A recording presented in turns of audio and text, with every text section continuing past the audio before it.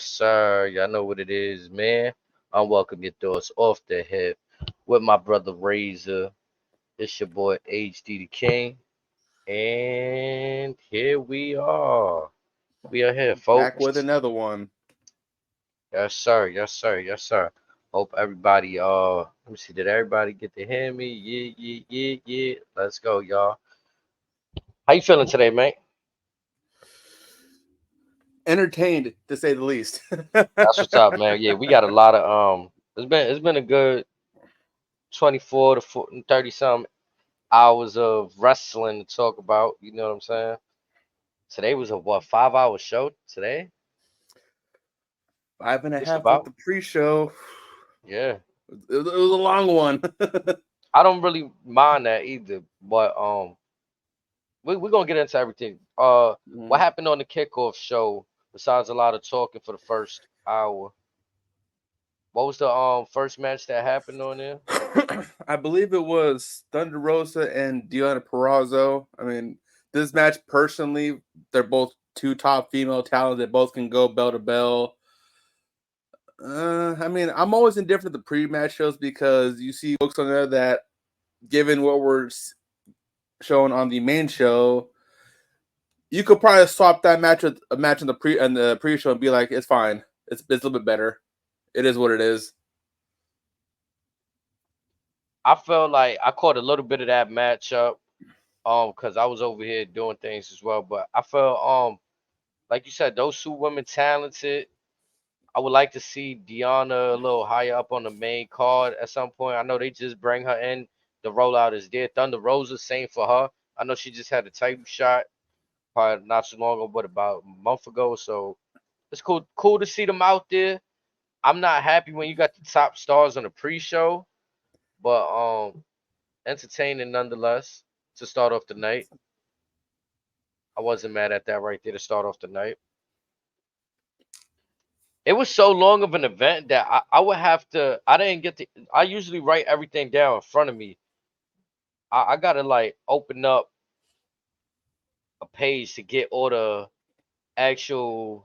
list right in front of me. Just go to Tony Khan's Twitter. Right? You'll get it minute to minute.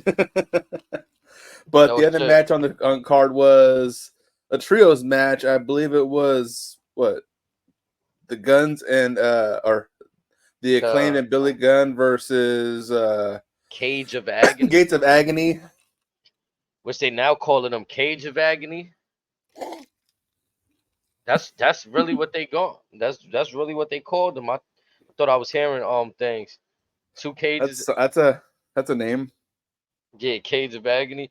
Um, again, I'm not happy with how they just using Brian Cage. I'm not sure if like there's a reason for him being placed in factions and things like that. But how like what's your, do you not care I, about it at this I point? can say the same. I can say the same thing about the Khan and Leona. This time last year, they were making their debuts in New Japan and Tag League and showing everybody, okay, maybe we are two of the top tags in the division. Let us run with it. We can do some stuff. Shit, if this was 20 years ago, they'd be a Vince McMahon wet dream right about now. So now, do you think it hurt?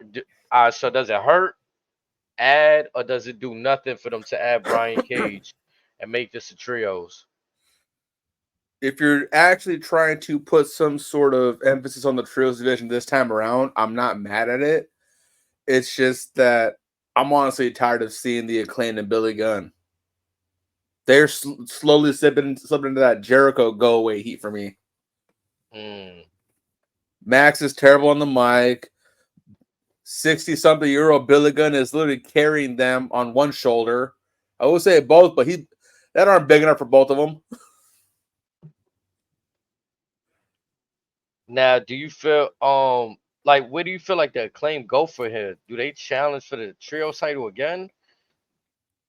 I thought they would. I think this has gone on longer than what I thought it would have. To be honest. Yep. Well, here's the thing. So let's open Pandora's box for a minute, shall we? Go ahead. What happens if you split up Bowens and Caster. Mm, I think Bowens gets lost in the shuffle a bit, and Caster attempts to do something on his own, but it would have to remain to be seen. I say it's the other way around. Think so? Easily. Mm. Easily. Because Bowens has shown signs of having that next level charisma that a star would have. He's got a decent look on him. He's got some fairly good ring work. The thing is, the injury bug from time to time. But if he can stay healthy, I think he would ascend the ranks a lot quicker than Max. All Max has is the raps that As he a doesn't want to let yeah, go of. as a serious competitor, yeah, I could see that. As for Max, I would just see him challenging for mid card titles, being a not, what he is now, essentially, like you said, just continue to He'd be the come new out, cut Danhausen. promos, Orange Cassidy if the crowd sticks to him.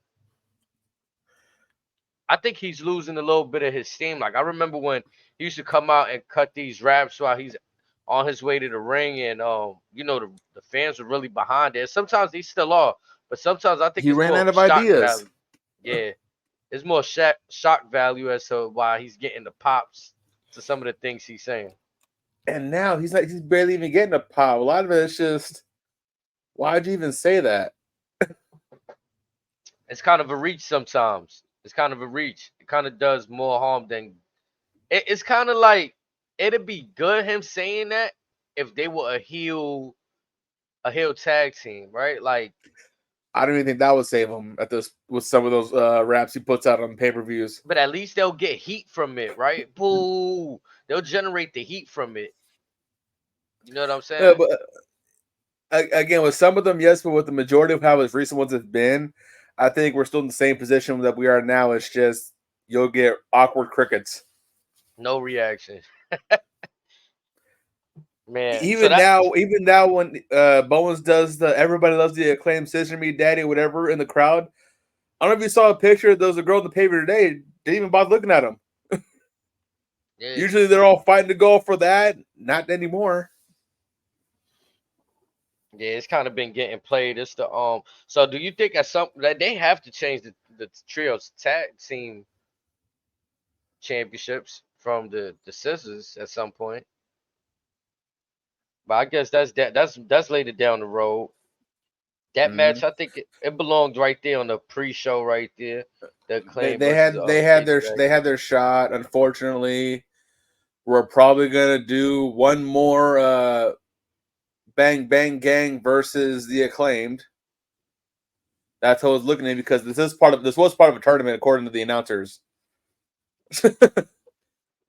Man, these dang Yeah. tournaments. So for those that may not have caught him, the winner of the Acclaimed and Cage of Agony match would face the winner of Death Triangle and the Bang Bang Gang. Mm.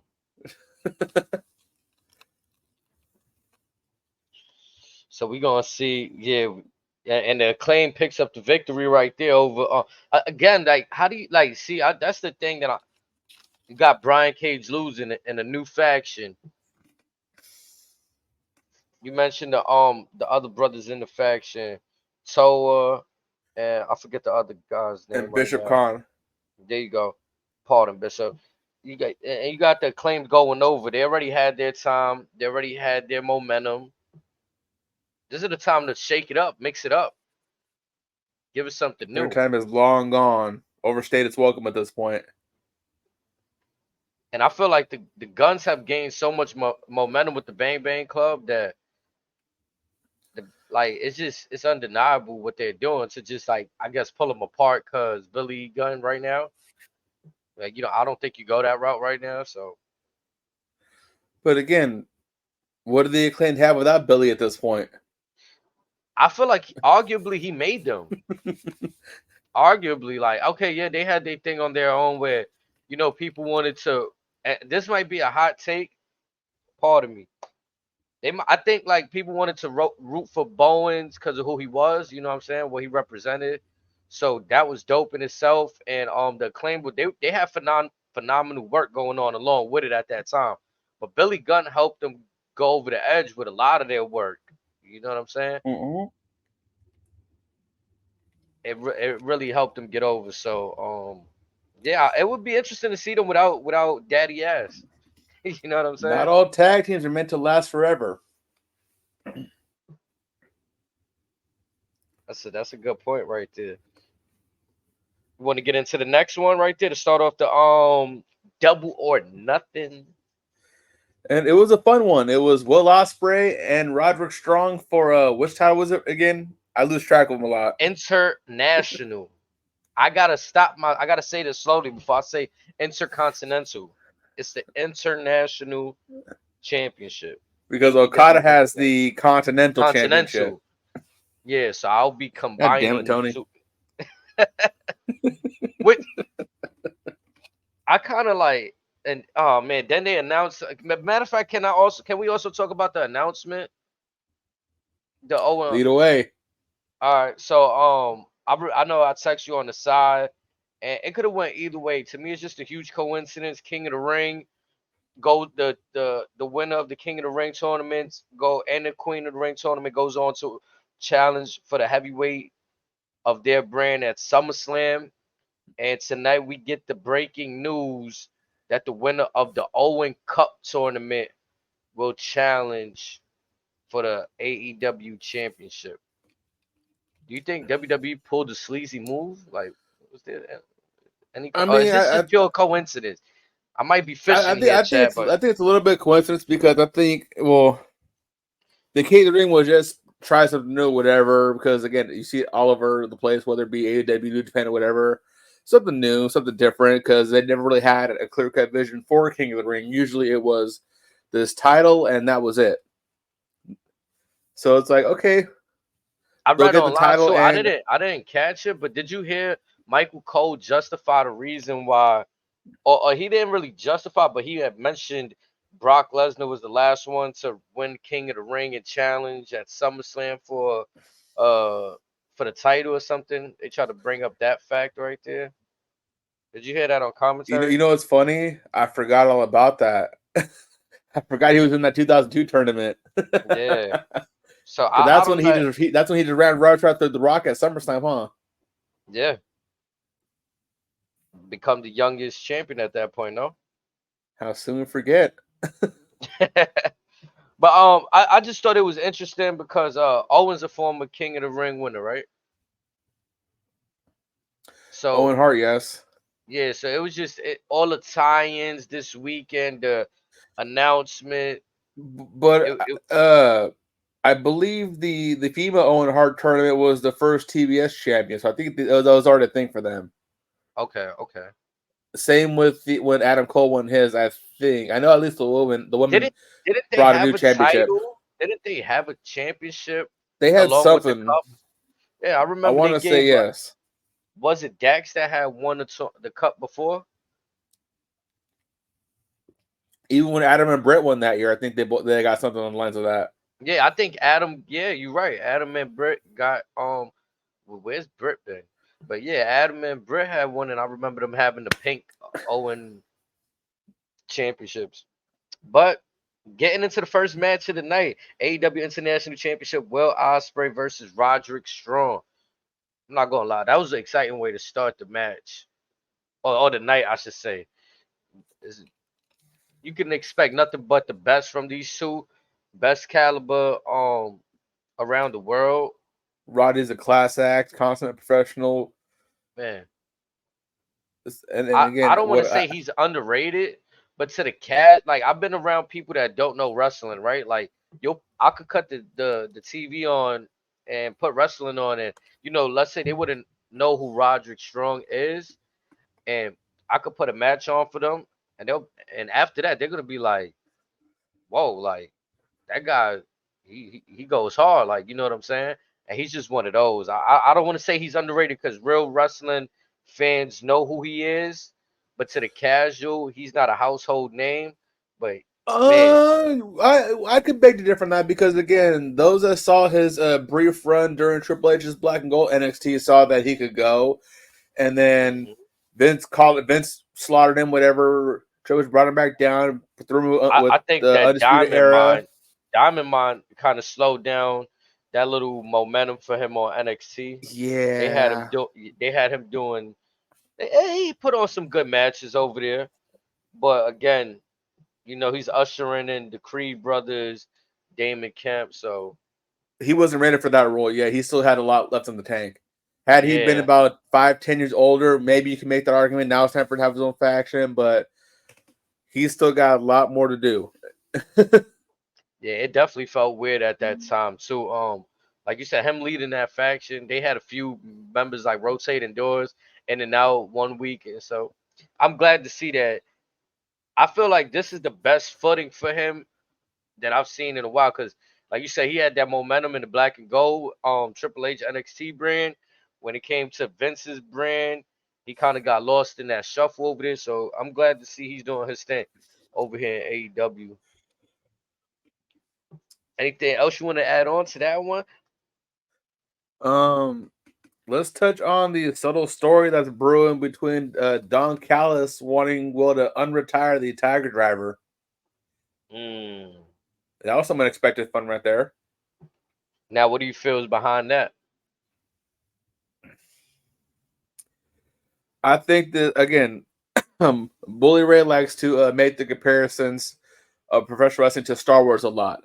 This could be the point in which Don Callis playing Emperor Palpatine, Osprey could be Anakin Skywalker, and Kyle Fletcher could be the future Padawan or the other cohort. Seeing Will go to the dark side, so we could be seeing Fletcher versus Osprey down the line for this very title that he just won. Mm.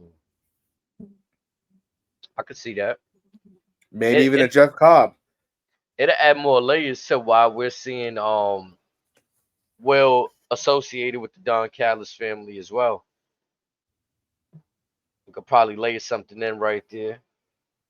Again, Don's very good. He's not like a Paul Heyman level telling the story, but he can cook us some stuff if you give him the right pieces and the right time to work with. I just feel like yeah, Don is one of those guys also on screen, like aside from what he does outside of like behind the scenes and stuff, just on screen, his character, man, he's a great heel manager. Every time I see him, it's like, man, this guy, he looks like a shady club promoter. Like, I'm just waiting for the business to go wrong with this guy. Him and Paul Heyman are a dying breed. Nah, seriously, you don't see that too much. And there's no knock on managers right now, but I feel like it's a what we always say, the learning tree, the learning umbrella, who you learn from. Um, that type of stuff is just it has to be grandfathered. I feel like some people could pick it up, get nuances from a distance, from away, but like you said, those are guys that been in the business, just like when I was gonna Bobby the say, Brain, like it's I was like gonna, I guys was that gonna have been say, around. because folks, man, I know Don Callis been in the game a long time. Oh yeah, He's seen it seasoned all. veterans. Yeah, these are seasoned veterans. You know what I'm saying? Definitely great stuff going on right there. I would say that undeniably, with we're gonna get to Okada in a second, but the importance of the international championship to my eyes just went up. The value just went up. Time will Roderick Strong tell. had it there. Roderick Strong had it there. This type of match right here definitely put that, okay, I gotta watch for this type of title. This is the type of matches we're gonna have. I'm not holding my breath just yet because again, let's see where they go with this. More I often would than say that is not, it. they'll get our hopes up for something, and then they could piss it away in the blink of an eye. Let's see where they go from here. Will can hold his own, but again, don't have Will do everything.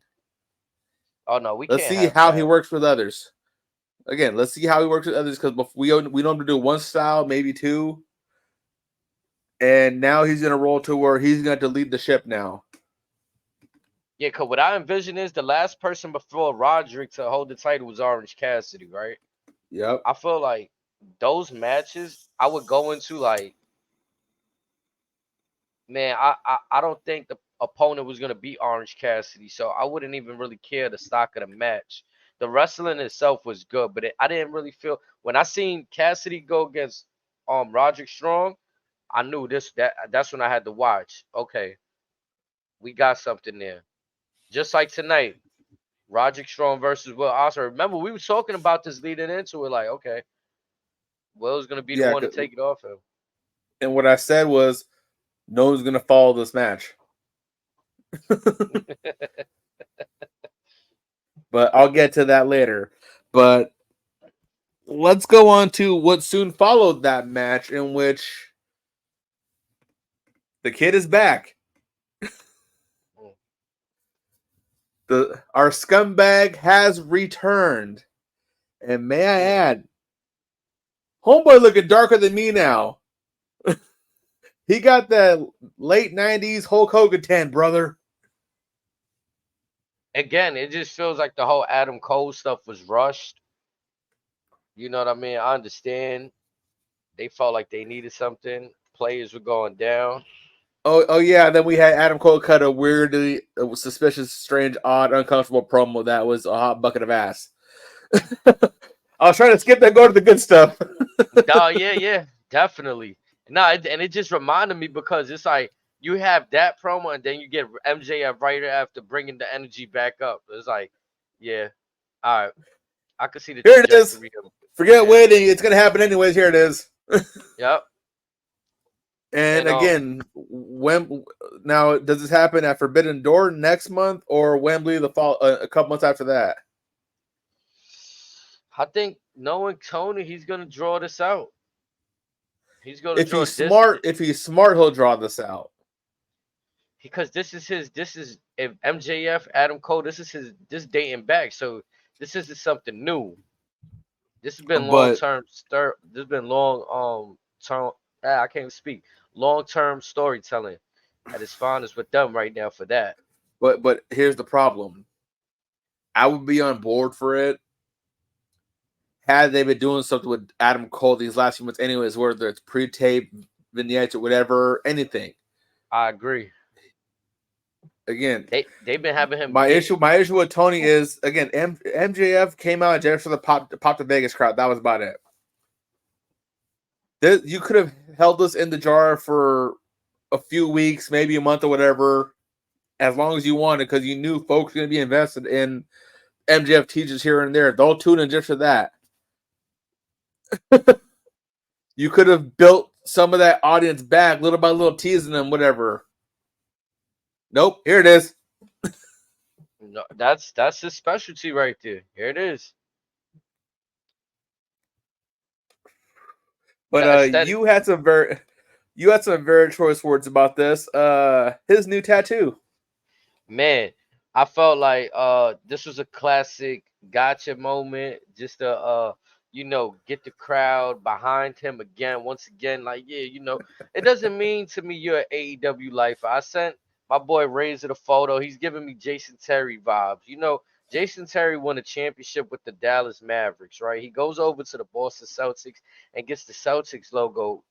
And then he gets traded from the Celtics to the Brooklyn Nets. Now, I'm not saying AEW is going to trade him. But what I'm saying, though, is a tattoo on your skin just means you've been there. You showed love to the company. What about every dumb motherfucker that gets drunk after the draft and says, our team's going to win the Super Bowl this year? Yeah. Like, man, anything can happen from then. I'm not saying, what if AEW, like, eventually just goes out of business and he has to find work elsewhere? You know what I'm saying? So it could mean that he's going to be there for the upcoming years, for years to be seen, but I'm not putting too much stock into that. To keep it on a positive note, I will say this. His return is very much needed. The question is he healed all the way, or is this going to be a Mercedes Moné moment, which he's here, but he's technically not here because he's still healing for who knows how long. Now, granted, he's probably the only guy there that he can work with, that he can make it work, but you're still asking an awful lot for him being back this soon with what he's got to rebuild. Because again, last time we saw him, AEW's viewership had about 200,000 more people. I mean, I'm assuming they're gonna want to milk his appearances. You know what I'm saying? Even if it's to cut a promo, just something. Oh, MJF's gonna be, in the ring tonight, talking about Double or Nothing return. They're I gonna don't see want him Tony around. open his mouth at the media scrum yet about that. Oh yeah, man. assuming he does the media scrum. I'm surprised. I usually go check for that. Also, I haven't even. I got it. I got it here in a second. Where's this bitch at? Man, I'm scared to even go check it on YouTube through here while we live, because I might get.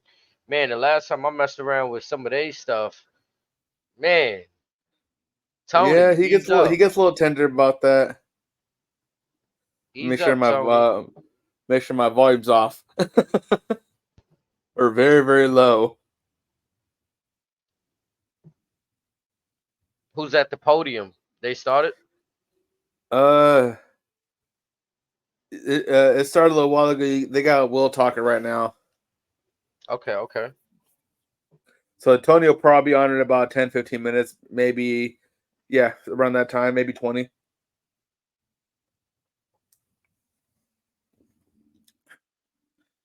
So yeah, He looks then you like got hell. just just yeah, he did today. I'm not gonna lie, his shirt looked like he didn't have it fully Oh, buttoned. I don't know if that was. we'll get to I ain't gonna that. lie, it looked like somebody wrangled this man out the chair. Like, oh, he just ain't sleeping 3 days. I don't know. Like, I don't know. It was just one of the. We'll get to that. It's kind of why I don't wear suits all the time, cause like, what if you wear a button down shirt and it's not pressed the right way, it's gonna look crazy fast. That's all I'm saying. Unified Trios Championship, the Bang Bang Gang versus Death Triangle. It was fine. Again, folks forget that Jay White. Again, before we get to that, I'm still almost certain that this was Jay White's first pay-per-view on the main card. I don't know. I can't recall any time he's been on the main card. Usually he's on the pre-show. I think he won the belt on the pre-show. Yeah. So again, he should have been Matter there a of long fact, time ago. I feel like, was he in a fatal 4-way for the? Nah, it might have not. That could have been a Collision or a Rampage, or maybe even a Yeah, Dynamite. for real. But Wow, again, that's insane. His first time on the main. but But again, that's what happens the when match it's was not fun. really insane. Yeah, it's not. It's insane, but it's not insane. It's just when you look at comparison, who gets a slot on a match, um, like the other match between Orange Cassidy and Trent Beretta. I don't favor that being on the match. I get why it's there. Like, long show placement. That's the time people need to go take a break and stuff like that. Yep. But back to the Bang Bang Gang versus Death Triangle. Death Triangle getting that look, but ultimately they lost to the Bang Bang Gang. But before we get Juice. into that, my GOAT is back. Juice. I am rock hard as we speak. He's back. How you felt about that? Obviously, you said that's your goat, so I know you was hype about it, man. Hell yeah. Now again, hopefully no more dumb shit. But again, like I said before, his personality cannot be contained by just the Bang Bang Gang, unless it leads to a Jay White versus Juice Robinson matchup, and those two have great chemistry together. Me personally, I'd like to see Juice teamed up with his wifey Tony Storm, and let them just do whatever the fuck they want, almost like a Joker and Harley Quinn type of gimmick. That'd be crazy too. But It's let's see about what they got time lined they up for run Juice. wild. It's crazy too, cause I think probably last episode or a few episodes again, you had mentioned his name and the fact that they were missing him. So just to see him back on the pay-per-view back, that's fire. You know what I'm saying? So again, AEW, Tony, two of your heavy hitters are back. Don't fuck this up. We gonna see. We shall see. It's a lot of players in the game right now, so it's like, I guess it's easy to say don't fuck things up, but And also, how like, to how go between them ahead. and Darby being back, how healthy physically are they at the same time? It's like what you say all the time. It's the how do we get there? Well, for like Tony, like you like to say, it's just a tweet away. That's how we get there, right? It's just a tweet Mm-hmm. away. Yep. Man, but transitioning from Oh, oh Rock God, Hard Juice Robinson. Yep. they Who's got on? Tony Storm doing her usual media scrum moment right now. Oh, she's roasting. Yeah, she's roasting right now. Nah, that's fire though Tony, that she stayed. just book Yeah, Wendy Richter already. Just let it happen. that's fire. She got her own little post like thing that she do. You know what I'm saying? It seemed like some people don't like to be there. She just taking it as an advantage, more TV time. You know what I mean? Again, it's a character. Very few of what AEW currently has. But she was under that umbrella. You know what I mean? Under the machine at one point. She knows. You know.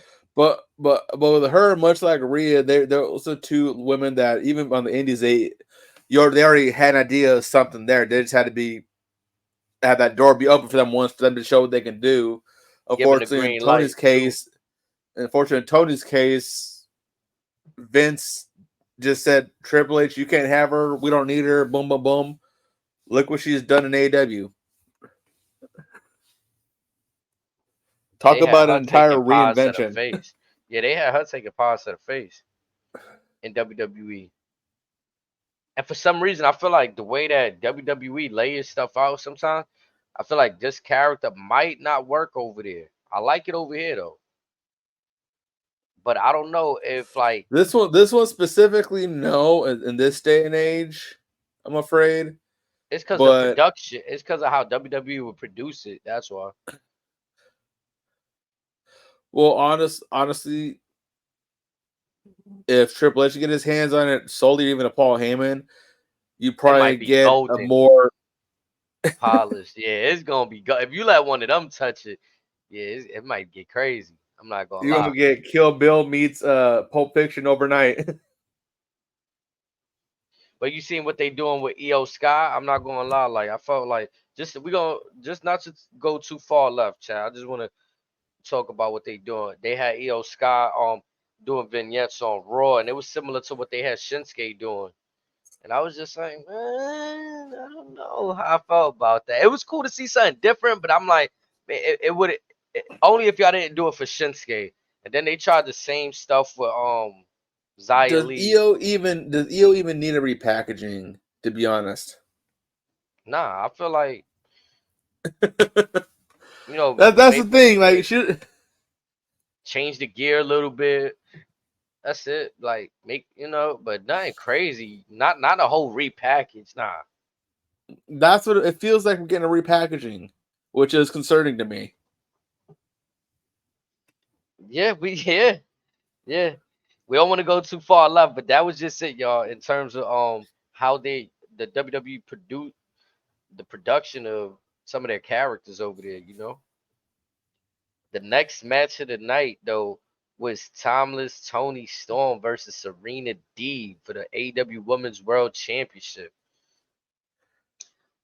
How'd you feel about it? Now, I could have saw this match going either way, to be honest. But Okay. what definitely caught my attention was the crowd, because leading up to this, they built this whole comeback sob story, and she didn't even get a lick of love. Nah, I That felt that crowd was though. 1,000% behind Tony. I'm just like, wasn't this supposed to be built the other way around? I mean, I just think And it's she more was like what wearing you she said. was wearing on her face a couple times too. It's like, really? This is how you feel? It's kind of like what we said going into it. Serena Deeb is a tough competitor, and she's just there to put Tony Storm over. That's the overall feel. I don't like it's tough to just see. You don't see Serena Deeb on TV for so long, and then expect her to just become champion. It's like I That's don't see true. that. Yeah, But that's one of those why tell the story that you did in the first place, because it just made her look bad. Yeah, because usually the last I seen of Serena, it was like she was really badass. So to like play this sob story, it's like I was kind of like, you know, we got to go on with the show. You got to put on a story. But But I again, thought it was a that cool doesn't take. match. Yeah, again, if you rewatch the show and you just mute the crowd, mute the commentary, it's a solid match. It wasn't going to disappoint. There were times where Tony got a little gassed, but other than that, it was solid. So the match probably could have been cut back a couple minutes or two. I don't think it needed to be that long. I know that ROH it should be its own entity, but I've been wanting Athena somewhere on one of these matches. I would like that. You know what I'm saying?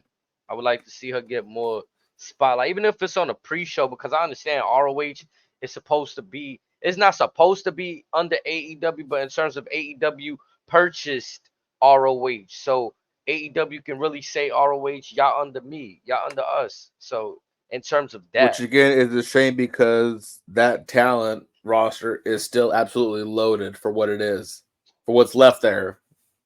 and you just went away with the ROH trios or the 6-man belt. So So it's now the unified trios belts.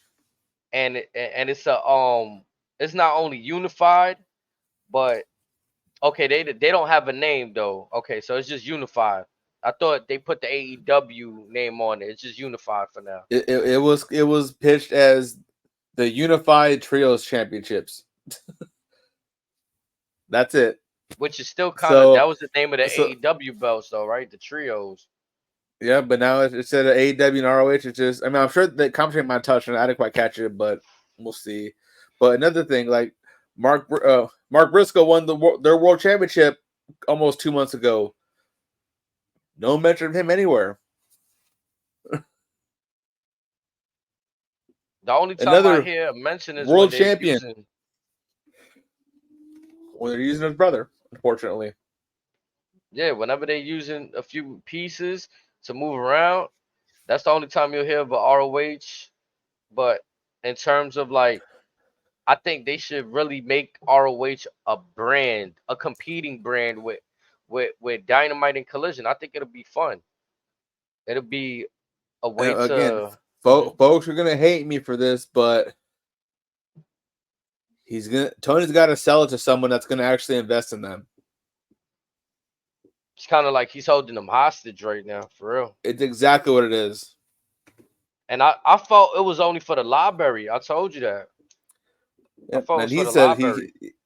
yeah, and again, yeah, you got a 20-year library. You're not promoting shit you doing nowadays.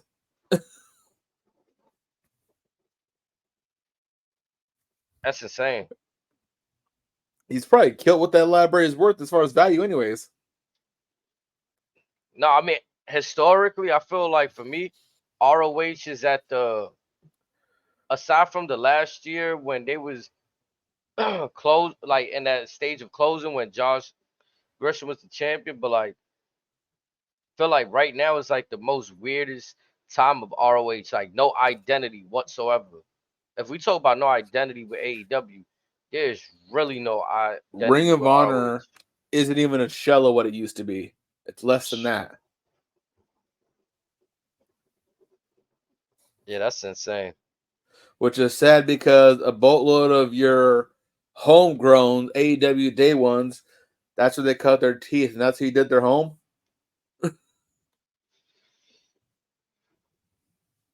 Yeah, that's insane. And then the fact that like to me you don't have a Cesaro on, like I don't know. I felt like Cesaro had his look, right? And then he lost it.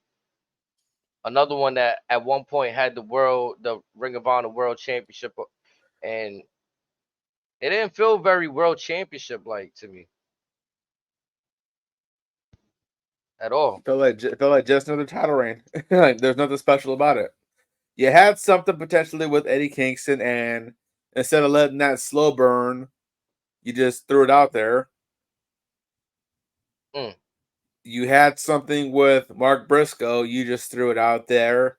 You could have had something with Samoa Joe, and then you could just drift away from that. Do you feel like there's too many titles, or they need so many titles because there's so much talent? If Ring of Honor was its own show, and you dropped Rampage or Collision, and you gave whichever surviving one their own show, you could probably justify it. But as it is right now, you could cut half the belts and it'll mean nothing. No, I could definitely see that. The next match of the night, Orange Cassidy versus Trent Beretta. Again, I said this. I could have went without this. Eh. One of those break matches right there. But I think a lot of people were anticipating or hoping Beretta would win. Much like myself. Because again, like his concern, much like many, is again, you lost to a guy that does next to nothing. That's the tough part about, like, I remember people having stories about getting booked with the Fiend, like, oh, it's hard to have a match with the Fiend because he's indestructible, and you know how do you have a match with Orange Cassidy though, where it's like, you know, you basically got a job to him in a sense that you can't even really get your full stuff off either in that match. Did you happen Like, to you see can, but you can't. his Did you happen to catch what they posted his record was when they put his name out on the ticker? Nah, He's like 51-2 in his last like 53 matches for singles competition. that's crazy. There's no reason for him to be booked that strong. Yeah, that's tough. I feel like that's a marketing employee right there. Like, you know, it was that point where everybody was dressing like him. You had kids dressing like him. And again, you would assume that, again, say Orange, for example, maybe hit the gym, put out some muscle, whatever, try to elevate his game or something. No, he's been the same dude that he was before AEW even signed him. Only difference now is that he talks. Yeah, there's no evolution in the character arc for him right there. And I guess this is just a way to hopefully just separate Trent from them.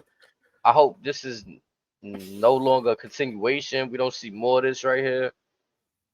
It needs to be over with, done.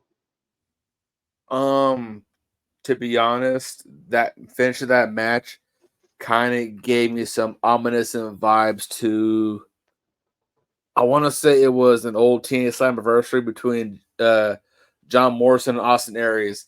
Aries took the loss, walked out, gave the crowd double bird, and left the place. Yeah, I And he was remember done. that.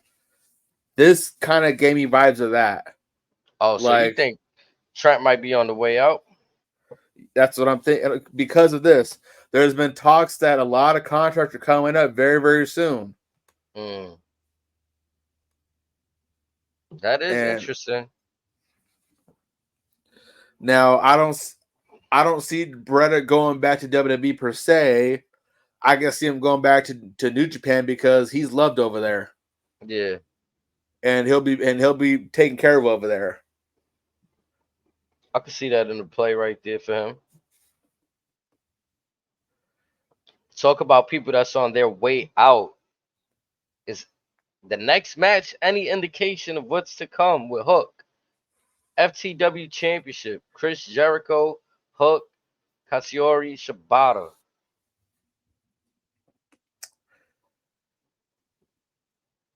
How you feel This was about this? where, again, as far as the show as a whole, this is the first inclination of where instead of going this way, it just went. I think Because the AEW, from what I see on Twitter, nobody wants to see Jericho on the screen. I'm a fan of the What legend. was the He's purpose overstayed. of Brian Keith? Mm. The man who just lost to both, who tapped out to Hook and Shibata before this match. That's facts. He was a sacrificial lamb in the whole process. What? This is part of Jericho's learning tree or whatever. He just tapped out to both of them. That's insane. I mean, yeah, But we got to see what his learning tree angle goes. I just think it's another ploy for Jericho to be on top. You know, we spoke about this self booking right there. how lucky was Big Bill missing that table arm? Man, That was close. Let's not sell that short one bid. That could have went ugly real quick. real quick. I wish I could play that on the again though. We can't put anything up because copyrights. So, you know what I'm saying? But I'm pretty sure you guys can find that if you look hard enough on Twitter. Interesting. Tony Khan has Tanahashi on the panel right now. Mm. Probably promote Forbidden Door, but still interesting. And when is Forbidden Door?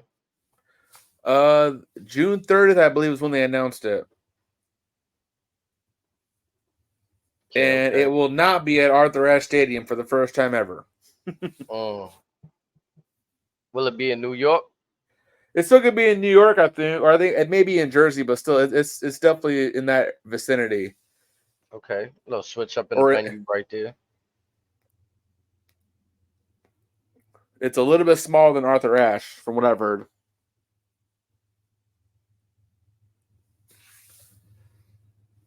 So that shall be something. Yes, sir. Chris Jericho came out on top with the FTW Championship in that match. You know, we got our next favorite type of matchups next. IWGP World Title Eliminator. This is where you get eliminated from contention. You want to The break match this down the for match us? was fine. The match was fine. I mean, Takeshita, it's unfortunate with him because he started out with AEW so hot, and lately he's been very open and about him not feeling appreciated. He's not sure if it's a racial thing or there's be too many bodies in the locker room, but he feels he should be at least utilized a little bit more efficiently over there. Yes, you have him in a little squash match against Matt Sydal, and then you have him go almost half an hour with Moxley in a losing effort in a match that, again, had he not put a limited match, had it just been a regular singles match, would have been just fine. But knowing that it's an eliminator and because it's Moxley and it's in Vegas, his hometown or current residence, he wasn't losing because it's Moxley. He's their Superman. I mean, and to his point though, and I feel he's very talented. Maybe he could have been holding on to the continental, the international championship at one point over Cassidy, or maybe the continental. Or even the TNT. Right. Oh, Again, three belts that were held. They were strangled. Yeah, those were three belts that were held by competitors that arguably you could say, okay, we could put the belt on Kinesuke. You know what I'm saying? now, granted, Takeshita, he's still young in the game. His better years are upon him. But still, as talented as that kid is, you can't find nothing for him. I'm After pretty he sure came they out do. as hot as he did, like Don Callis said it for the first time, the first man ever to beat Kenny Omega twice within a 7-day period. Yeah, He they came with a definitely lot of dropped. steam. At Wembley last year, beat the dog shit out of Kota Ibushi. Like, you can't find nothing for this guy as impressive as he is. Or could Kenny Omega now have the CM Punk stink? Possibility. We getting all the tinfoil outs today. Man, I keep looking down. Every time I look down, I'm just looking down at the card at my phone, and I'm just visualizing the pay-per-view over again, because usually I write down notes and things that happen, key things in the match, but I didn't get to do that today. And yeah, you know what sticks out to me? I don't know if it's like so in character, but just every time John Moxley, like whenever he wins a match and then he just storms off like upset, like he just throws the title, like I'm just tired of this shit. Like, you know, he does a real good job at selling his But character for again, sure. but this match felt like New Japan John Moxley, not AEW John Moxley. Oh yeah. So that I again, as critical as I am of the man, again, I thought it was a very solid match for what it was. Mox Definitely knows one of how his to hit better that ones in a while. switch. Yeah, Mox knows how to hit that switch for sure. I feel like he makes, even though it was like an eliminator, like could he have lost his title in that match? Because I felt like I heard Excalibur No. say he defended his title. Like, had Takeshita would have won, he would have been guaranteed a shot at the title. And like, yeah, just that in itself, it being an eliminated match, they made that match. Well, obviously, Takeshita's gonna make it feel good. For example, had Takeshita would have won, New Japan's got Dominion coming up. Takeshita could have said, "I won in that match. Make that a triple threat right now." And AEW could have pulled the power trip over that, or it could have been at another point in time. Could have been Dynamite, whatever. But Takeshita would have then been the number one contender. Just a way right here to use New Japan's name right here, the IWGP Championship in the pay-per-view. Not a bad look for AEW. They know what they're doing right there. Next match of the night, right here. This is the talking point since Wednesday. Since yes, yeah. Go ahead. Wait. Get right. Man, What? you make me want to run off and get something. Man, like, where's my get rights? We've been waiting since the bloodbath. We all knew it was coming. We all had ideas of what it could have been and all that. For what it ultimately was at the start, I'm gonna be honest, just another cage match. This could have been so much more. And let me begin. Let me adjust myself. First thing you see on Edge's Jumbotron, the Brood. Edge comes out in his regular gear. Now, some may argue in his old gear, he did have the black on red or whatever. What to do? He didn't have the shirt, didn't have the glasses or whatever. That was not Brood Edge. That was Temu, Wish.com, bootleg eBay Brood Edge. That was Edge versus Finn Balor when he came out with that whole red getup at WrestleMania. That was a little bit better. It was because I'm telling you, WWE production. The thing is too, like, to detail. There's no way. I'm gonna be honest. There's no way. The production, you could do without the production if you point attention to the smallest of details. You can get away with all the other bullshit. I think AEW could have at least did the song right, bro. Again, even if that's a WWE song they didn't let go of, that's fine. You could remix it like the way they did Metalingus. What was keeping Edge from putting on the Victorian shirt, the black pants, the dark glasses, the frameless glasses or whatever? What was stopping you from that? The small attention to detail. You already put Brood on the bitch. I'm not gonna lie, too. Watching him come out that tiny ass Cody Vader out the tiny ass Brood Vader. No, again, that was fine. Again, bro, that shit was like it looked like a little bot. I remember when obviously it's gonna be larger because there was 3 coming out. Remember old Raws, the big circle with the ring of fire, and they rising up. Look what the Elite got in the main event. again, a small attention to detail could have saved this. I told one of my boys I this. feel you saved the Make it more, make it legitimately meaningful, like you cared about this, like we cared about this back in the day. So would you have? This is what I would have done. I'd have probably held back on the Brood entrance. If I'm gonna save Gangrel as a surprise, why do the Brood entrance? You could have did that, but then again, me personally, I would have liked to see like just the solid black trunks, or maybe like I said, the old Victorian shirt, or some little Easter egg to that. So to when we got past that normal ass cage match, you did a little light thing or whatever. Malachi Black does his little early bird tweaking. Then you hit the Brood song. Out comes Gangrel, spitting blood at everybody. I'm Again, not but gonna it goes get back to my into that point. part. Small attention to detail. Get into that part right there. I want to talk about. I don't know if there was something in the arena that might have been delayed. I felt like Malachi Black started looking around a little too soon, selling the moment too soon. The effects could have been a little late, to be honest. Like maybe a sound went off that I didn't hear that they heard in the arena that was giving him that cue, and then the lights just felt like it took a little long to get there. You know? It's almost like the Trev forgot. Oh yeah, we gotta do this. Yeah, right. So, but I'm gonna be honest though, with taking that away, seeing Gangrel spit the It was fun. blood, It it was was fun. fun. It was cool. It was seeing him nail his But DDTs.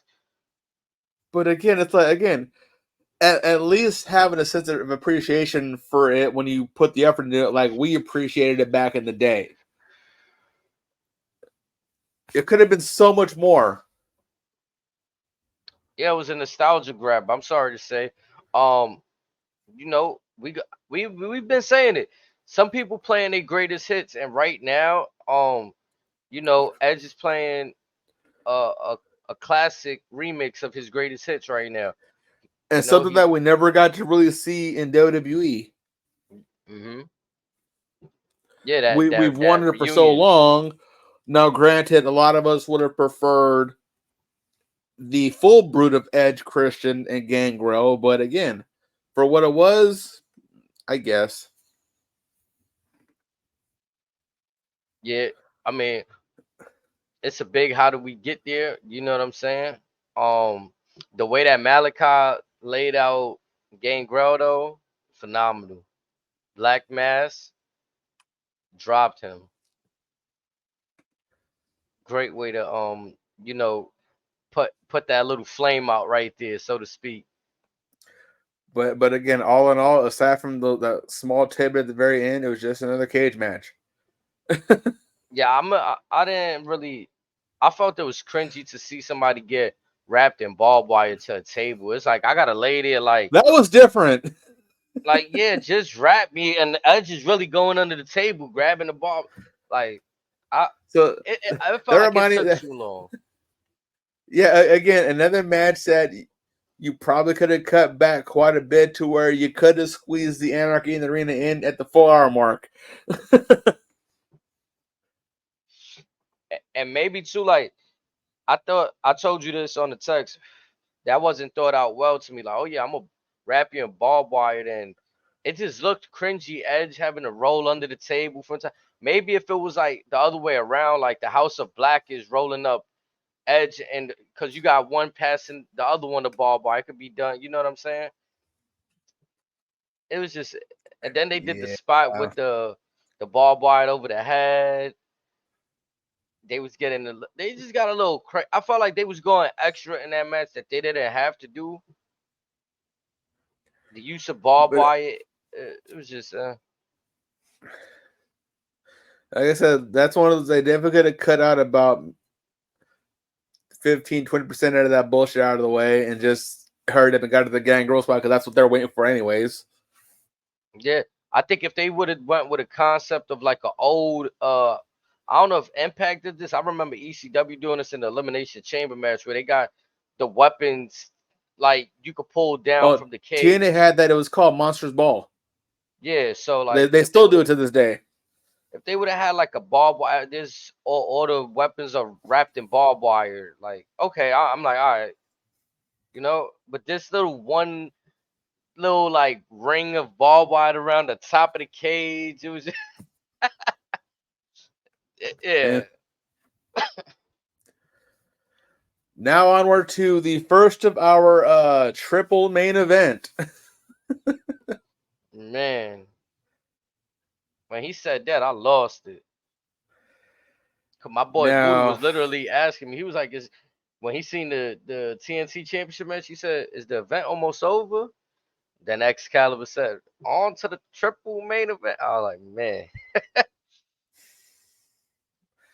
now, the nerve of Mercedes Moné comparing herself to all those women in her VTR leading into her walkout. She's got the bar set kind of high for herself, doesn't she? I'm gonna be honest. I haven't been a fan of her work since she's left WWE. Um, it's just something to me about when you wearing that stamp that you the greatest. It's kind of like what they do to LeBron James. Like, I'm gonna just be honest. I'm gonna call it out what it is. Don't welcome your thoughts.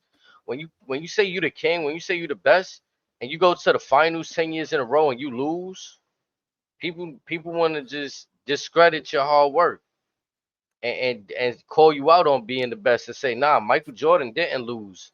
I was gonna say he did he even see a Game 7?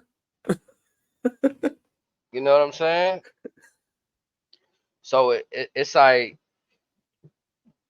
it's subjective how you see it. I think she could have been considered one of the best. The game has evolved. There's a lot of women right now that And that she that been at that the been game working. for a minute too. Like me So personally, I prefer Charlotte over. I think Charlotte is the GOAT to me of the females right now. let's cut to the bullshit. Your thoughts on her winning over Willow? I wasn't a fan of it. I had Willow winning this. I think AEW dropped the ball on their homegrown title. Right now they just opened Pandora's box. Now now it's fair for for especially for that Anyone can title. show up, say they got name value. I want the belt. Yep, that's Just what like that what said to Moxley me. did with the IWGP belt in Chicago when he beat Naito for it. He said, I want it. Tony, give it to me. That's what that said to me right there. It's kind of like with the exception of CM Punk, he did like a little.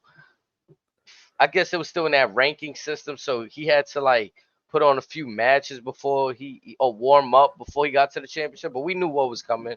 We knew he was gonna win that damn belt But as he soon as was he. also having matches leading up to it. This was Yeah, her fucking debut match. This was Paige beating Nikki Bella in the Divas era. yeah, yeah. And again, we keep saying things that AEW should do and they don't do because they're worried about looking like WWE, and then they turn around and do shit that they feel is not gonna look like WWE. That actually turns out to be some shit WWE would do, just the shit that we wouldn't like that WWE does. And not even as good. Yeah, like you don't even do it as good. Like at least like we remember the bad shit. Some of this shit is forgettable, like for real. Like But the bad shit, I don't go away. man, like Now, the unfortunate part with this match was it was all just cannon fodder for what we're likely going to get in Chris Statlander versus Willow Nightingale, a match that should have been for a championship. Now it's going to be just a normal grudge match. Again, they dropped the Tony ball with that. working bass backwards. He got a chance right there to make Statlander a two-time champion, or just even make Willow look that much more strong with the championship and defeating Mercedes It'd tonight be and it'd then be a Chris. it'd be a match folks wanted because they could have said, okay, Willow's 2-0 on Mercedes, that's done. They still celebrate. Bam, she still hits her with the clothesline.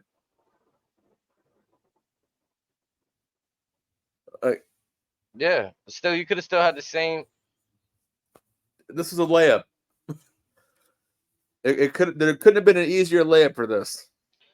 Or like now that you mention that, now that now that they need a rubber match, it's 1-1, so they want to book, they want to get the rubber match. Now where they do that at? Do they just do it on the regular fucking Dynamite? Well, here's the thing. The problem in question: do you do it at Wembley or do you do it at All Out? Because they won't go past that. I guess I But mean at the same time, how you book it at long do Wembley, you? but But here's the thing. So All Out's like is 2 weeks after Wembley, but maybe even 3. But how much time do you give Willow versus Statlander? Because that could be something. I mean if they go at this rubber match and another interference is at play, that's another setup right there. But again, that Willow versus Statlander alone doesn't need any extra anything else. Nope. And then that's It's why just how long do you let it breathe? yeah, if Statlander causes Willow the rematch for her championship, I'm saying you could do that match down the road, because say you get the belt back on Willow, it's gonna make the belt meaningless. right? It's been Let devalued right Mercedes now have her tonight. toy Yeah. with it again. What? Let's see, but at the same time, it's like, who do you have challenge Mercedes For the TBS championship? Who would they typically? Personally, I think. Hold on. What if they start Julia. getting? Okay, so you think they'll give up one of those? I think this is where they might get Saraya in that bag. No. I want her nowhere near this. Nowhere They near this whatsoever. dream matchups, dream AEW matchups. What? Last time they shared a ring together, Mercedes broke her fucking neck. Man. I keep Saraya as far away from the title picture as possible, at least right now. Saraya is who I'd probably have down in Ring of Honor working towards a match with Athena, if anything. And Julia Hart, if she challenges, that would be her second goal. She just had a lengthy reign with the TBS belt. This would be a solid test for her as someone that the crowd would actually want.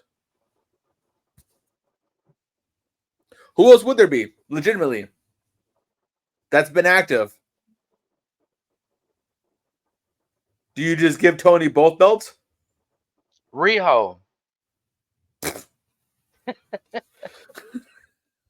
Riho. What's sad is that could probably happen. That's what's fucking sad about this.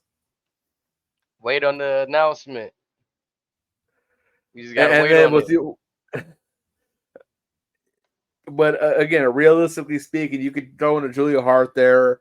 I can see a world where Toni Storm gets that belt too, and they just have her just be the queen pin of the division. I could see a world where you somehow get Britt Baker to come back into the fold. But again, it's one of those, how do we get there? Right. Again, it's a very thin list of folks that people would at least want to see.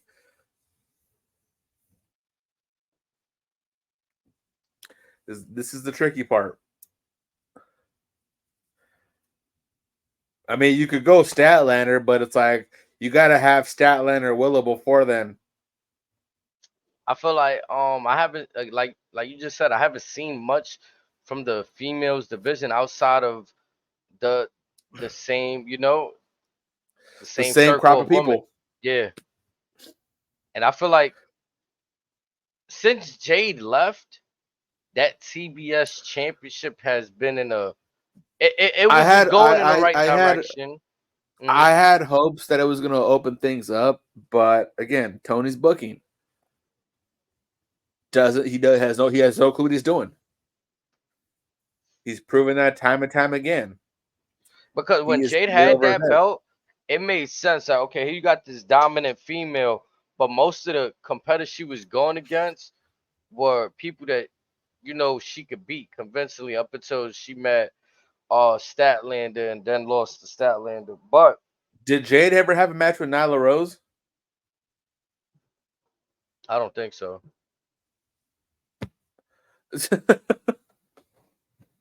You see where I'm going with this? There's individuals there who you could have had stuff ready to go, especially when Nyla's valet is Vicky Guerrero. I think if that's still the case, but again, there's stuff there. You just got to use it. Put the I time mean, into it. like even a lot of they could do a lot of building. Like when she had her group, the baddies. Feel like they were doing something with Layla Hart or Layla Gray. I don't know. I guess she's not there anymore. But What Red Velvet? One of them. yeah, One Red one of them. Velvet, One of them. Layla TNA, that's Gray. all I know. Yeah, I remember they had something with them going on. What was the other girl name? What's her name? Brooke Hogan. Was she ever signed to them to AEW? I know she did some stuff on the side. I don't know if she was ever officially signed, to be honest. They could like I don't know because then it's like what's the real question is well why aren't y'all giving newer people the same looks that y'all would give Julia Hart because And, she's still green, right? and then think Or about just it. getting in. You have think about it. You have Athena in Ring of Honor, Mercedes Martinez in Ring of Honor. If she's still doing in ring stuff, you have Maria Kanellis, who shouldn't sleep on. Though she's always been more a valet, she can still do some stuff. You have a Serena Deeb. You have access to almost everybody in Japan that WWE has access to. You have female luchadoras that you have access to. Again, where's Taya been?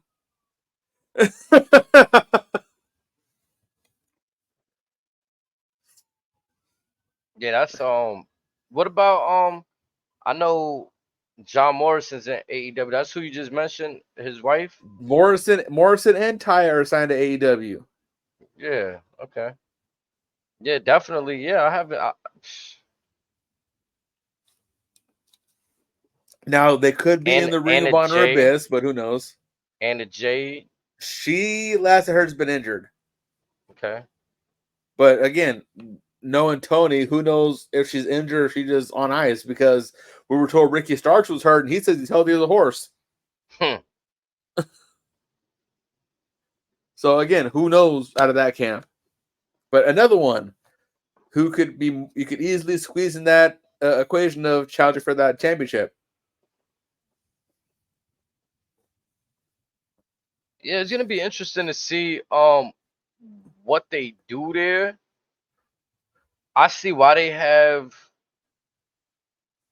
See the my thing I get confused with the two championships for the woman is the struggle to like is TBS championship supposed to be on the same level as the AEW Women's World Championship or is that the second? Essentially, yes, because as Willow attempted to speak on in the contract signing, uh, Ted Turner's TBS Superstation has had professional wrestling on that network for years, over 50 years.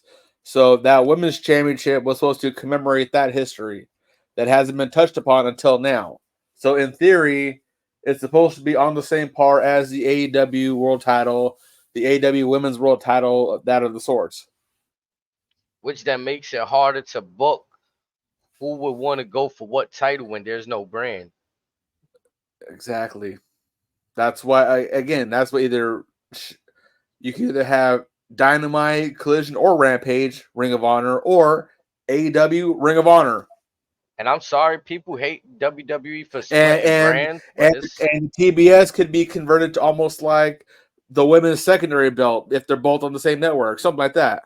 yeah, that's what I'm saying. That's the perfect layup. Like branding and wrestling is the perfect when you have so many superstars, if your roster's thin, I wouldn't suggest it. But if you have so many superstars, why not have, in theory, one brand competing for ratings with the other?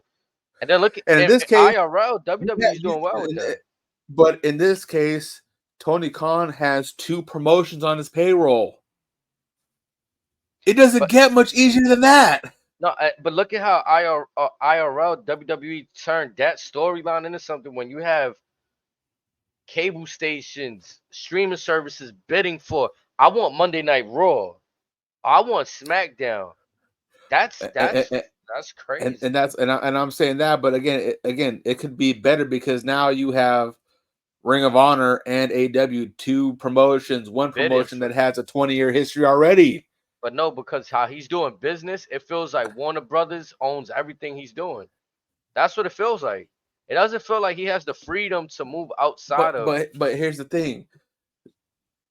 Tony owns both of them. He can do whatever the fuck he wants and show Warner, hey, look at what I've built for your TV networks. Tony, again, so let's get the top of, let's segue to that real quick. Again, as of October, until something changes, until then, AEW will cease to be on TV at that point. So far, we've seen little to nothing as far as efforts to why Warner Brothers Discovery, why anybody else should want to give them any lick of money to be on their TV network. Again, whether you're going to launch your own streaming deal or whatever, or if that's a separate negotiation, this is a very serious thing for AEW because if you lose your TV, you lose your viewership because, again, how else are people going to find you? Ring of Honor went through this for a little bit. TNA went through this for a little bit, and they've had to scratch and claw. When TNA moved, I remember when they used to be on the Spike TV. This is when a few years removed when WWE used to be on, what was it, TNN?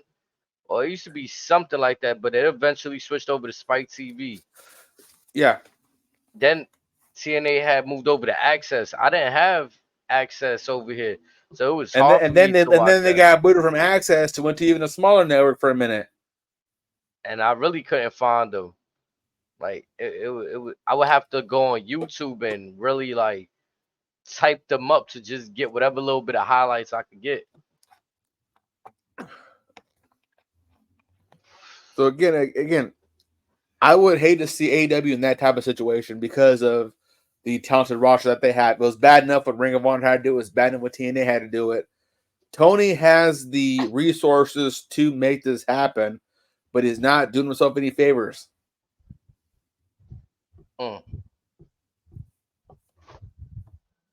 Tony need to get it together. Tony, and he's got all the resources in the world to make this right. Well, he has them right now currently. We'll see how these contracts pan out soon.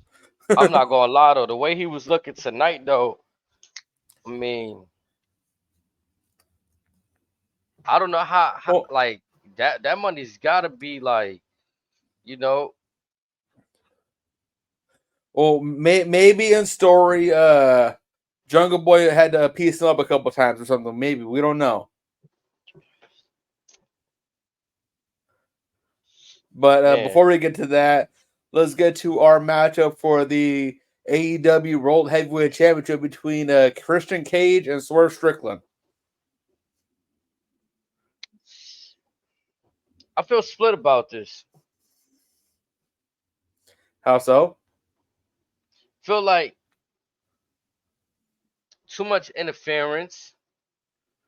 Okay. Definitely fire for Swerve to retain, because I thought in my mind there was some way Christian Cage was gonna sleaze out of there with the title. Like, I'm just like, the disrespect is gonna continue somehow. We did touch on that because we both saw a realistic outcome where that could have been a thing. And I'm glad to see Prince Nana riding. But again, like had they gone to putting the belt on Christian, that would have probably turned into legitimate anarchy for that company. Because again, you give us the first African American world champion, you drop him out in his first defense. That would have been a bad look on them. I found it very weird that Christian got that look, but at the same time, I'm not surprised because of the work he just did with the TNT Championship. He held on So to that they for a did. pretty while. I don't know if you saw the stuff leading up to it. They kind of touched on that, and basically, as we touched on earlier in the previous shows, he was handpicked by the EVPs. Therefore, he's on their good graces. So, if you're on the Young Bucks side, you get whatever you want, essentially. Mm. I mean, and it seems like, yeah, whoever's on their side, especially former talent, you know what I'm saying, of WWE that can give them some insight on shit. I'm pretty sure they're gonna But favor them. but but again, Christian, he's one of those guys, and I told you this via text. Much like AJ Styles, much like Randy Orton in WWE, it's impossible for them to have a bad match. They always have it on point. Oh no, Christian This match was definitely no exception. From the smallest attention to detail of that pulling the turtleneck over to the hockey fight to just the small points of Nana getting caught with the belt to kill switch, getting everyone else kicked out and all that I stuff. thought the Just the turtleneck subtle shit was things. fire, and just off that alone, Christian should never wear that shit ever again. Cause it made me think that like that was so alright, like nobody ever did that to him. So now it should really be like now you change that, Christian. Because Christian is kind of Nah. like he should like always evolve too. Like he's been evolving. So I think So, he take that. since everybody's father, do you propose he goes to the sweater vest now? Ah, Like does he go to the Mr. Mister Rogers Rogers. cardigan? Ah, I wouldn't be I wouldn't be mad at that. But I've never again, seen I said nobody wear a sleeveless turtleneck. That's insane. neither have I, but tell him. A sleeveless turtleneck is insane. But like I How you said, felt about the match that overall? again, much like many of the things on the card, it was fun. Went a little bit long, but like I told you earlier, at the time it started, it was 30 minutes before the usual cutoff time of the pay per view. So, like I said, either this will go long, and the next match that'll follow will be just a 1 minute hit it and quit it type deal, or they're actually going to go over the 4 hour mark. I'm glad they let this match have its time to breathe. It went a smidge long, but that's just nitpicking. Other than that, it was what it needed to be. And the crowd loved it at the end. Mm. I would like to see once MJF is done with whatever he's doing, if they eventually get to it, I would like to see Swerve and MJF Oh, get back. we're definitely getting that. But the question is, how do we? Everyone loves MJF. Everyone loves Swerve. How do we get MJF back to being a heel? All out, all out. That's all out. Is that the one with the chip, the ladder match that you grabbed the poker chip, Yes, and that but determines a all championship match? but also they announced today that or earlier today that there will be a tournament starting this Dynamite, and the winner will have a match at the World Champion at Forbidden Door. My concern is they're gonna have MJF win that match, and we're gonna get right to MJF Swerve. I could see that because if Cole's still hurt, then there's no reason for them to really like not have MJF in the ring and sell a match and just still have him with like entangled with backstage drama. I mean, maybe he could So go on for the Undisputed Kingdom, like just continue feuding with the rest of them. But I don't want to so see MJF versus Wardlow. I'm gonna run some names by you right now. We're likely gonna get MJF Wardlow very soon, but at the same time, it's like as far as Swerve's next opponent, if your options are Wardlow, MJF, Joe, and Hangman, See, this is which my one? problem. This is like the woman. This is like the women's division again. We got the same crop of names circling, and this is a 180 person Again, roster. This is crazy. You could have had Ricky Starks. You could have had Sammy Guevara. You could have had Okada. You could have had Ospreay. I mean, hell, I think you got Big Bill on the roster looking phenomenal. Why not just let him go? Let's say, obviously, you got to let him build that, right? But just people of that caliber, start putting them in the position to eat with, like, you're building the believability that they can contend for these championships, so that when you finally insert them, it's not like, oh wow, you just put fucking Ricky Starks in a world heavyweight match, or you just put Hook versus Samoa Joe because he beat 1,000 other jobbers. Like, you know what I'm saying? Or for ranking system, like, make this shit believable for us. That's what they was fucking up with that But will ranking we get system. it? No. Nah, you beat 1,000 people on elevation, so you just get a world heavyweight championship match because you beat fucking 50 people that's not even signed to the roster. Another nerd booker. Another record. Let's show that comment right there. Another nerd booker. Like, yeah, man. I mean, I don't understand. But again, as far as bookers, you have Jim Ross, who was home wrestling over the flu, but you also have Jeff Jarrett. You have Taz. You have Mark Henry for the time he's there still. You have other guys who could help unfuck this to make Tony's job a hell of a lot easier. Does he do it? No. I think it was interesting how you sent me that article. He had to look into the books. Do you think he didn't realize that Mark? Oh, that was just his political answer, as to say, I'm not renewing, and we're gonna, we're gonna look into things. Again, one can make the argument for much like many is for what the product has become has drifted so far past beyond what they were initially sold. Everyone's told them of the mistakes of old WCW. Everyone's told them the mistakes that TNA made back in the day. And before our very eyes, we see them making those very same mistakes.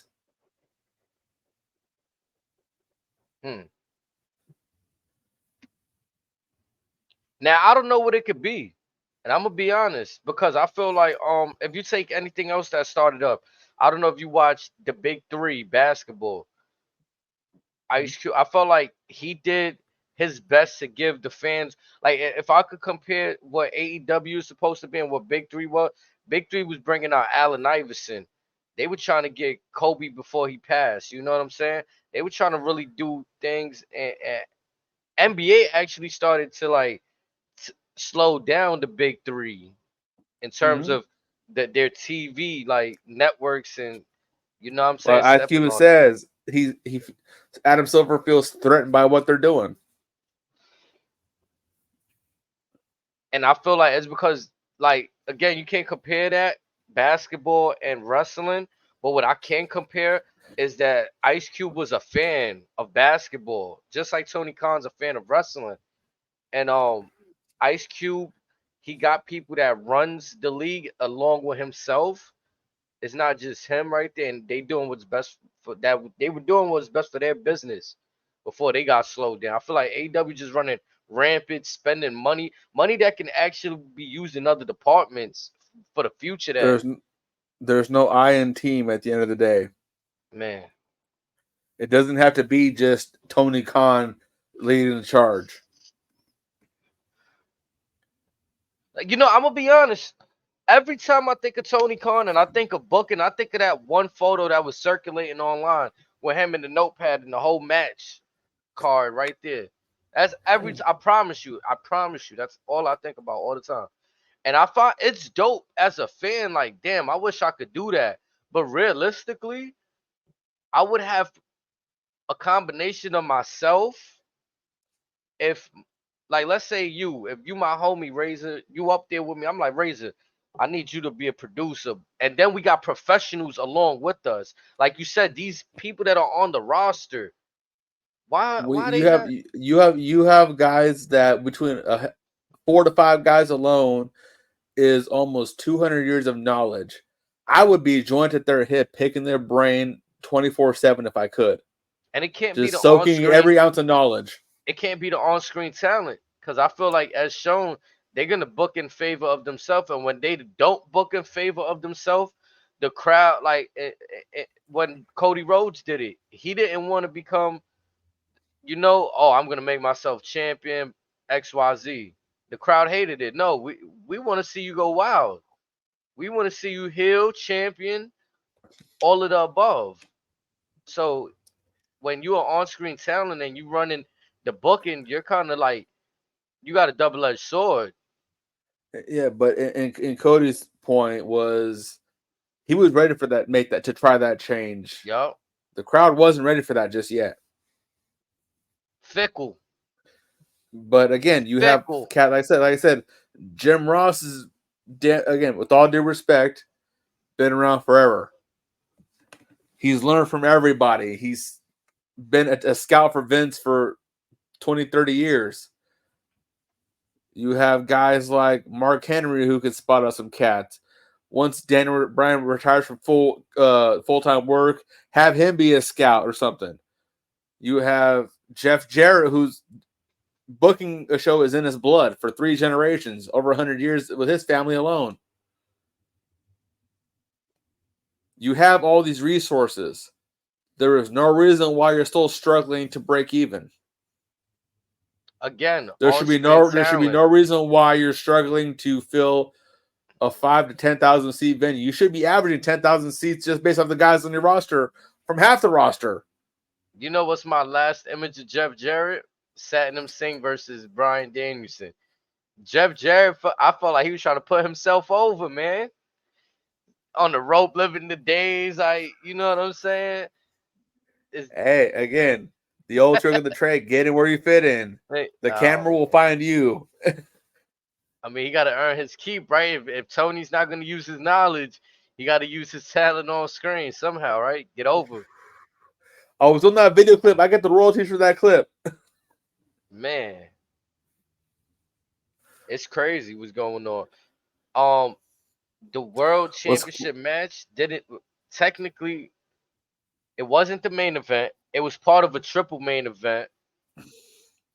As Justin Roberts put it, shit's hitting the fan. So now that I want to play devil's advocate now. Uh-oh. Now that I say that, if Anarchy in the Arena wasn't the final match, because I know you have your opinions that you're gonna get to about that one, how would you have felt with the night ending with the last 2 matches, or the last 3, which would have been the TNT, TBS, and AEW World Championship match? Again, it would have been fine. It would have been what it needed to be. You had the big returns in the beginning. It was a nice way to celebrate 5 years of AEW, because that's what the show should have been. It should have been a celebration of your 5-year young history. Did we see that? Did I see that? No. Tony Khan touched on it at the media call and at Dynamite that this was the 5-year anniversary, but did it feel like it? No.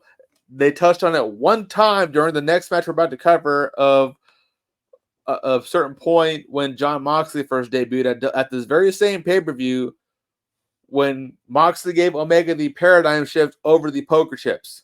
Other than that, there was no mention of this being the 5-year anniversary. So with that, on to the shit show, as Justin Roberts had mentioned. A bucket or a swamp of hot ass is what it was. Anarchy in the Arena. No pun intended. God damn. The Elite versus Team AEW. That shit was just cringy to begin with. Team AEW. I don't know who started that, but I never liked that team. And then said name. It was never really that. Before, it was faction versus faction. So yeah, in the past it was like Jericho Society versus the Elite, Jericho Society versus Inner Circle or whatever MJF's faction was. The Pinnacle. Elite. Yeah, it was a faction warfare match essentially. This is the first time where it was the EVPs versus Team AEW, and we've said this plenty of time. We could have picked a better pairing of 4 guys than the 4 guys we got representing Team AEW. Yeah, I think you hit it dead on the head where this match was bound to take place, but the participants was subject, you know what I'm saying? Subject to change. Feel like they rushed back Darby, which I'm not gonna lie, it just doesn't make sense why they do this to the man. Oh, he does it to himself, whatever. But He's got to learn to say no to some of this bullshit eventually. I mean, if it stands true what he said, um, when he heard that Eddie Kingston got injured and he pulled over on the road and called Tony Khan, I need in and I need to be cleared the same day of Dynamite. That sounds crazy. I'm not gonna lie. Just to be held upside You're down. getting paid whether you're there or not. Take your ass on vacation. You're supposed to be climbing Mount Everest in 10 months. Like, what the fuck are you even doing? How do you feel about AEW? You okay with these kind of matches? Like, I feel like I see these type of, or like I see too much red from AEW anyway. Like somebody's always bleeding. So when I see some of these type of matches, like we just seen the barbed wire match earlier, barbed wire cage match, right? So sometimes when you have a hot spot match like this, Anarchy in Arena, a whole bunch of crazy shit going on, does it just feel too gimmicky? So, again, I didn't really have a problem with it up until this point. So, again, the part where they were saying, oh, stop the music, play this song instead, whatever. Maybe about 2 minutes after Final Countdown was playing, that's part where the match should have ended. The other half an hour we got after that, we Where didn't there even was need. no music, where they was chanting, "We want music."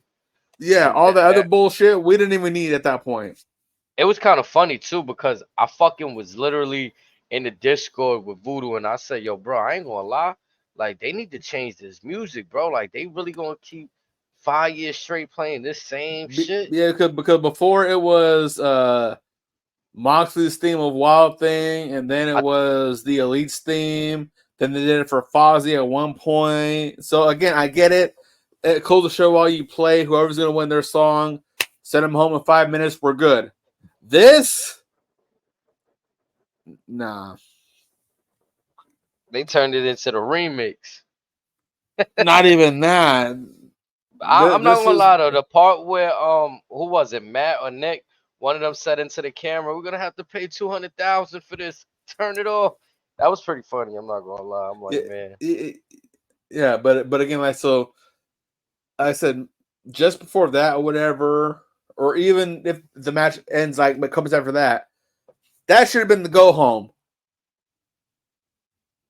The extra bullshit of Jungle Boy running the bus into some cardboard boxes, to Darby setting Perry on fire, to hanging Darby by the ankles with the rope, with a cable, whatever.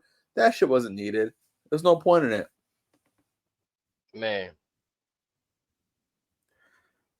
Because if you Again, notice, the crowd was only reacting to that. Other than that, they're just like, this thing over so we can go home. it be feel like one of those things that's like in the mind when you think about it. Oh yeah, so okay, Darby's gonna be upside down. We're gonna super kick him with the thumbtacks on the sneakers, and but then there's just like that moment where he's still hanging for like the rest of until they bring him down. It's just like Yeah, what like the fuck. It's a bit I hard to mean, watch. I could see if they give him the EVP trigger, you pin him, and then you hang him as like this is your Show hero. goes off. That's it.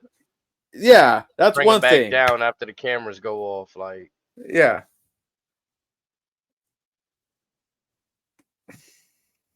nah, yeah, I mean, it makes sense. It's kind of like when they hung Austin up on the Undertaker cross, right? It was When like they fight him, or when they hung Yeah, Boss Man, when they actually hung him. yeah, that was crazy. I could do some crazy. That was insane. That I'm not gonna lie. Like AEW was borderline riding those territories tonight. Yeah, They, but if as folks remember, those moments are remembered for the wrong reasons, and yeah, Tony Khan is risking falling into those categories.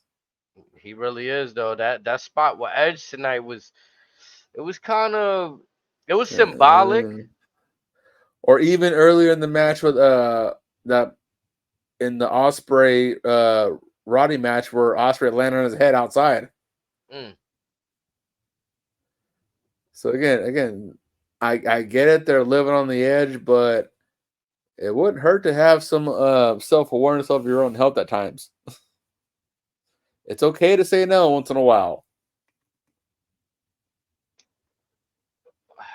Yes, it's tough. So we ended the night with the Elite taking the victory over Team AEW.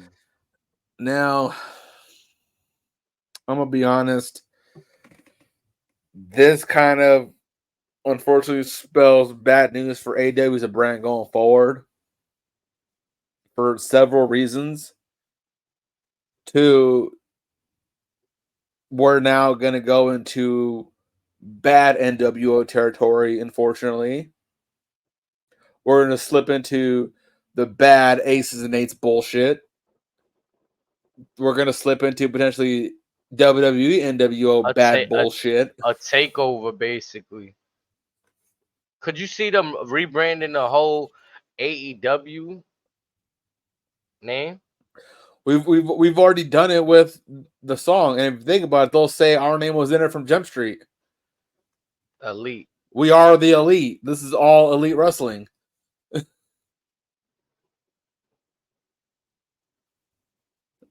And again, this shit didn't work 20, 30 years ago to begin with. And again, it's probably not going to work now.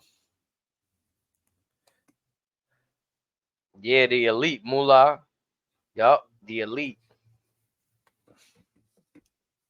Man. Yep. And you know, it wouldn't be the first time that a wrestling company rebrands itself, whether they had to forcefully or whether they chose to on own volition. That's why I mentioned that. You know what I'm saying? The only company I think that might have stood the test of time might have been WCW, but even weren't they even WCCW at one point, or were they just WCW? The only one that's been true was Ring of Honor. Yeah, there you go. That and maybe the NWA. Those were it.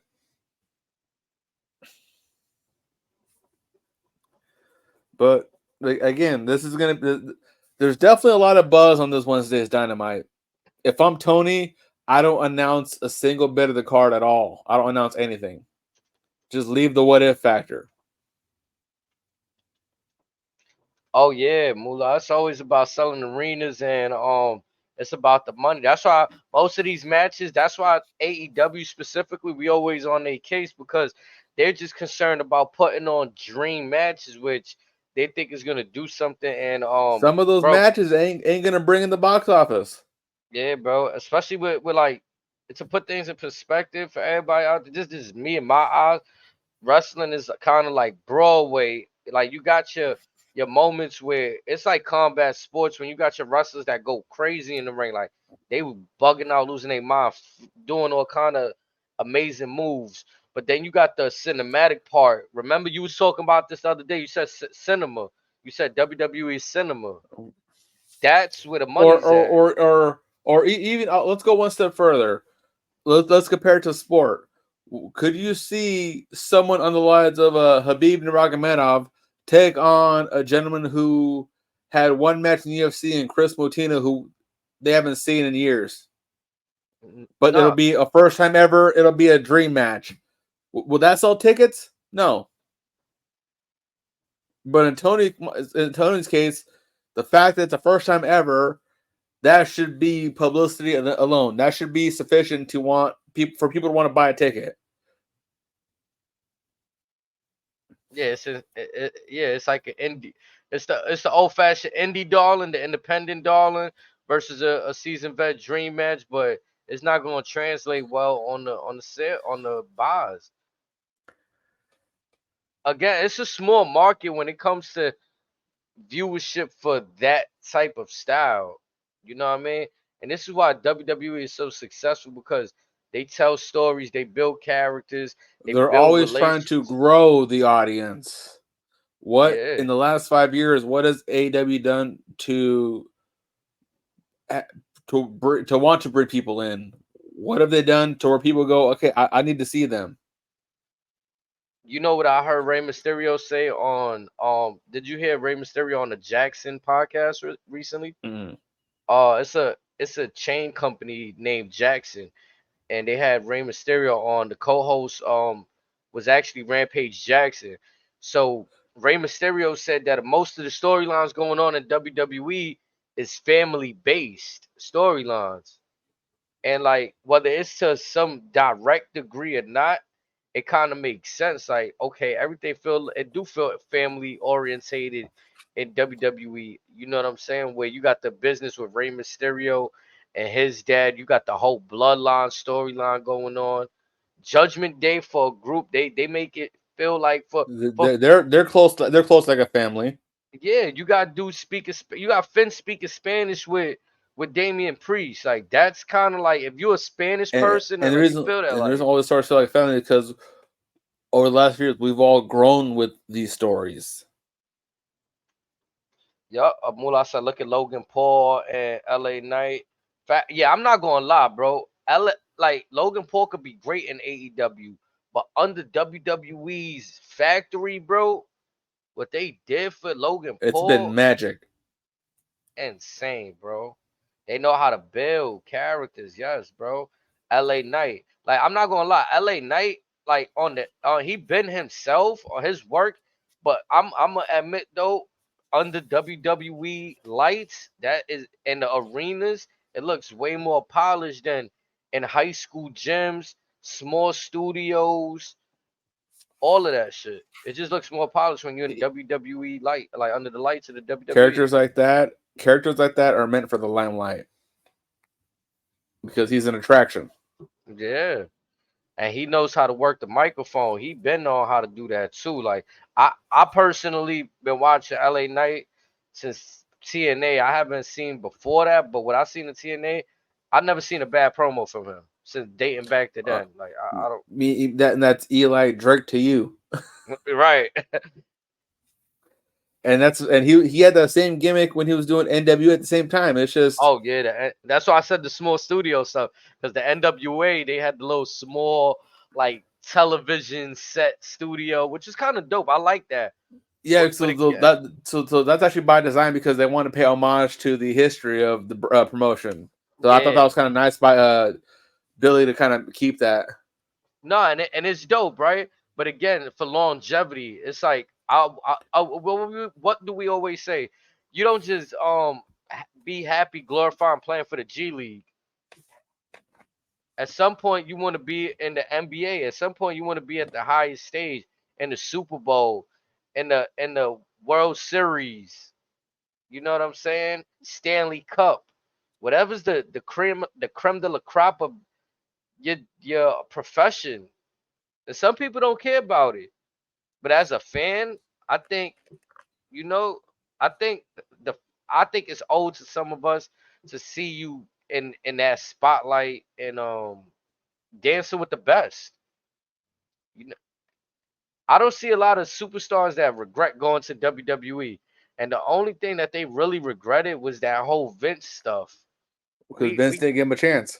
yeah, and we kind of passed that. So and because they've been around, that's what oh yeah, they have And, better marketing. Yeah.